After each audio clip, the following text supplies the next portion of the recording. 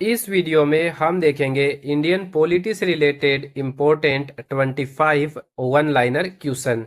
तो चलिए स्टार्ट करते हैं आज का अपना ये वीडियो। क्वेश्चन नंबर 16, भारतीय संविधान की संशोधन प्रक्रिया किस देश के संविधान से प्रभावित है? तो इसका जवाब हो जाएगा दक्षिण अफ्रीका के संविधान से। कि भारतीय संविधान में जो संशोधन प्रक्रिया का प्रावधान है वो किस देश के संविधान से लिया गया है? तो जवाब क्या हो जाएगा? दक्षिण अफ्रीका के संविधान से। इसके बाद में है क्वेश्चन नंबर 17, धन विधेयक के संबंध में राज्यसभा को किस प्रकार का अधिकार है? तो इसका जवाब हो जाएगा केवल सिफारिशी अधिकार। कि धन विधेयक के संबंध में जो राज्यसभा है केवल सिफारिश कर सकती है। इसके बाद में है क्वेश्चन नंबर 18, अनुसूचित जाति और जनजाति क्षेत्रों के प्रशासन के संबंध में प्रावधान संविधान की किस अनुसूची में किया गया है?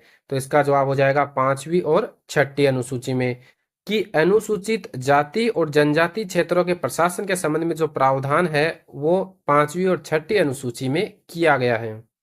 इसके बाद में है क्वेश्चन नंबर 19, 15 अगस्त 1947 और 26 जनवरी 1950 के मध्य भारत का राजनीतिक दर्जा क्या था? तो इसका जवाब हो जाएगा ब्रिटिश राष्ट्रकूल का एक अधिराज्य। क्या था भारत का जो दर्जा? वो क्या था? ब्रिटिश राष्ट्रकूल का एक अधिराज्य। इसके बाद में है क्वेश्चन नंबर 20, भारतीय संविधान की संघ और राज्यों के बीच शक्ति विभाजन की विधि किस देश के संघ की प्रेरणा पर आधारित है? तो इसका जवाब क्या हो जाएगा? कनाडा के। कि भारतीय संविधान में जो संघ और राज्यों के बीच शक्ति का विभाजन है उसका प्रावधान किस देश के संविधान से लिया गया है? तो आपको ध्यान रखना है कनाडा के संविधान से। इसके बाद में क्वेश्चन नंबर 21, यह कथन किसका है कि भारत का संविधान संघीय कम है और एकात्मक अधिक है? तो इसका जवाब क्या हो जाएगा? केसी हवियर के द्वारा। केसी हवियर ने कहा है कि भारत का जो संविधान है वो संघीय कम है और एकात्मक अधिक है। इसके बाद में है क्वेश्चन नंबर 22, किस अधिनियम के द्वारा भारत में वर्ग, जाति, धर्म आदि के आधार पर पृथक निर्वाचन क्षेत्र बनाने का प्रावधान किया गया? तो इसका जवाब हो जाएगा भारत सरकार अधिनियम 1909 के द्वारा। कि जो भारत सरकार अधिनियम 1909 था उसके द्वारा धर्म, जाति, वर्ग आदि के आधार पर पृथक निर्वाचन क्षेत्र बनाने का प्रावधान किया गया था। और जो भारत सरकार अधिनियम 1909 है इसको मार्ले मिंटो सुधार भी बोला जाता है। इसके बाद में है क्वेश्चन नंबर 23, भारतीय संविधान के किस अनुच्छेद में प्रेस की स्वतंत्रता से संबंधित बात वर्णित है? तो इसका जवाब हो जाएगा अनुच्छेद 19 में। अनुच्छेद 19 में जो है प्रेस की स्वतंत्रता से संबंधित बात वर्णित है। इसके बाद में है क्वेश्चन नंबर 24, भारत का प्रथम विधि अधिकारी कौन होता है? तो इसका जवाब हो जाएगा भारत का महान्यायवादी। अगर पूछे भारत का प्रथम विधि अधिकारी कौन होता है तो जवाब क्या हो जाएगा? भारत का महान्यायवादी। इसके बाद में क्वेश्चन नंबर 25, मूल संविधान में राज्यों के 4 अलग अलग प्रवर्गों को समाप्त करने के लिए किसकी अध्यक्षता में राज्य पुनर्गठन आयोग का गठन किया गया था? तो इसका जवाब हो जाएगा फजल अली की अध्यक्षता में। कि जो राज्य पुनर् आयोग का गठन किया गया था वो फजल अली की अध्यक्षता में किया गया था। इसके बाद में क्वेश्चन नंबर 26, संविधान के किस अनुच्छेद के अंतर्गत वित्तीय आपातकाल की व्यवस्था है? तो इसका जवाब क्या हो जाएगा? अनुच्छेद 360 के अंतर्गत। कि जो वित्तीय आपातकाल लगता है वो किस अनुच्छेद के अंतर्गत लगाया जाता है? तो ध्यान रखना है अनुच्छेद 360 के अंतर्गत। इसके बाद में क्वेश्चन नंबर 27, भारत में लोकसभा किसके द्वारा भंग की जाती है? तो इसका जवाब हो जाएगा प्रधानमंत्री के परामर्श से राष्ट्रपति के द्वारा लोकसभा भंग की जाती है। तो ध्यान रखना कि भारत में लोकसभा जो है राष्ट्रपति भंग करेगा और प्रधानमंत्री के परामर्श पर। इसके बाद में है क्वेश्चन नंबर 28, देशी नरेशों के परिविपर्शों और विशेषाधिकारों को किस संविधान संशोधन अधिनियम द्वारा समाप्त किया गया? तो इसका जवाब हो जाएगा 26वें संशोधन अधिनियम द्वारा। कि जो देशी नरेश थे उनको जो परिविपर्श और विशेषाधिकार दिए गए थे वो 26वें संविधान संशोधन अधिनियम द्वारा समाप्त कर दिए। इसके बाद में है क्वेश्चन नंबर 29, राज्यों का भाषाई आधार पर गठन किस वर्ष किया गया था? तो इसका जवाब हो जाएगा 1956 में।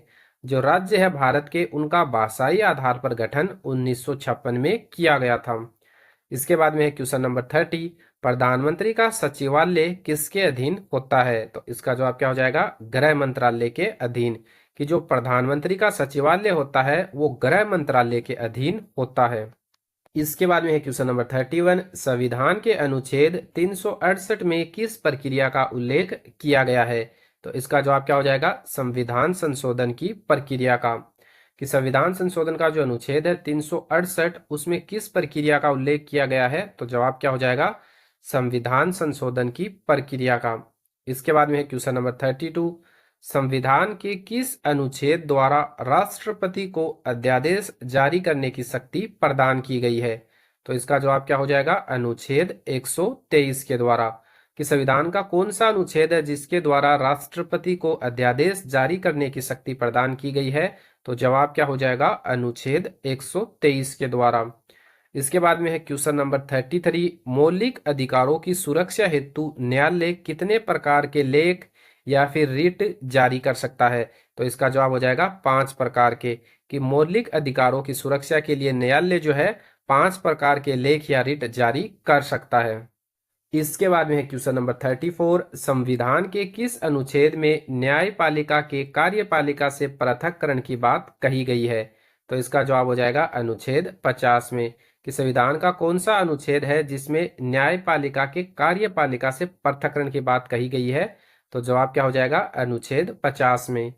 इसके बाद में है क्वेश्चन नंबर 35, भारतीय संविधान अधिनियम को किस दिन ब्रिटिश सम्राट की स्वीकृति मिली? तो इसका जवाब हो जाएगा 18 जुलाई 1947 को। कि जो भारतीय संविधान अधिनियम था इसको 18 जुलाई 1947 को ब्रिटिश सरकार जो सम्राट था उसकी अनुमति मिली। इसके बाद में है क्वेश्चन नंबर 36, पंचायत के चुनाव कराने का जो निर्णय है वो किसके द्वारा लिया जाता है? तो इसका जवाब हो जाएगा राज्य सरकार के द्वारा। कि पंचायत के चुनाव कराने का निर्णय जो है राज्य सरकार के द्वारा लिया जाता है। इसके बाद में है क्वेश्चन नंबर 37, संविधान के निर्माण की दिशा में उल्लेखनीय योगदान देने वाले उद्देश्य प्रस्ताव का संबंध किससे था? तो इसका जवाब क्या हो जाएगा? जवाहरलाल नेहरू से। कि जो उद्देश्य प्रस्ताव दिया था वो किसने दिया था? जवाहरलाल नेहरू ने। इसके बाद में है क्वेश्चन नंबर 38, संविधान के अनुच्छेद 72 एक गय की व्यवस्थाओं के अनुसार कौन मृत्युदंड को क्षमा कर सकता है? तो इसका जवाब हो जाएगा केवल राष्ट्रपति। केवल राष्ट्रपति जो है क्षमा कर सकता है। इसके बाद में है क्वेश्चन नंबर 39, नियंत्रक एवं महालेखा परीक्षक के वेतन आदि किस न्यायालय के न्यायाधीश के वेतन आदि के बराबर रखे गए हैं? तो इसका जवाब हो जाएगा उच्चतम न्यायालय का जो न्यायाधीश होता है उसके वेतन और भत्तों के बराबर रखे गए हैं। इसके बाद में क्वेश्चन नंबर 40, भारत के संविधान के किस अनुच्छेद में सर्वोच्च न्यायालय के न्यायाधीश पर महाभियोग चलाने का प्रावधान है? तो इसका जवाब हो जाएगा अनुच्छेद 124 में। कि भारतीय संविधान का कौन सा अनुच्छेद है जिसके अंतर्गत सर्वोच्च न्यायालय के न्यायाधीश पर महाभियोग चलाया जा सकता है? तो जवाब हो जाएगा अनुच्छेद 124 में। तो आज के वीडियो में यही इंपॉर्टेंट 25 क्वेश्चन पढ़ेंगे। अगर आपको इस टाइप के और क्वेश्चन देखने हैं तो वीडियो को कीजिए लाइक और साथ में चैनल को कीजिए सब्सक्राइब।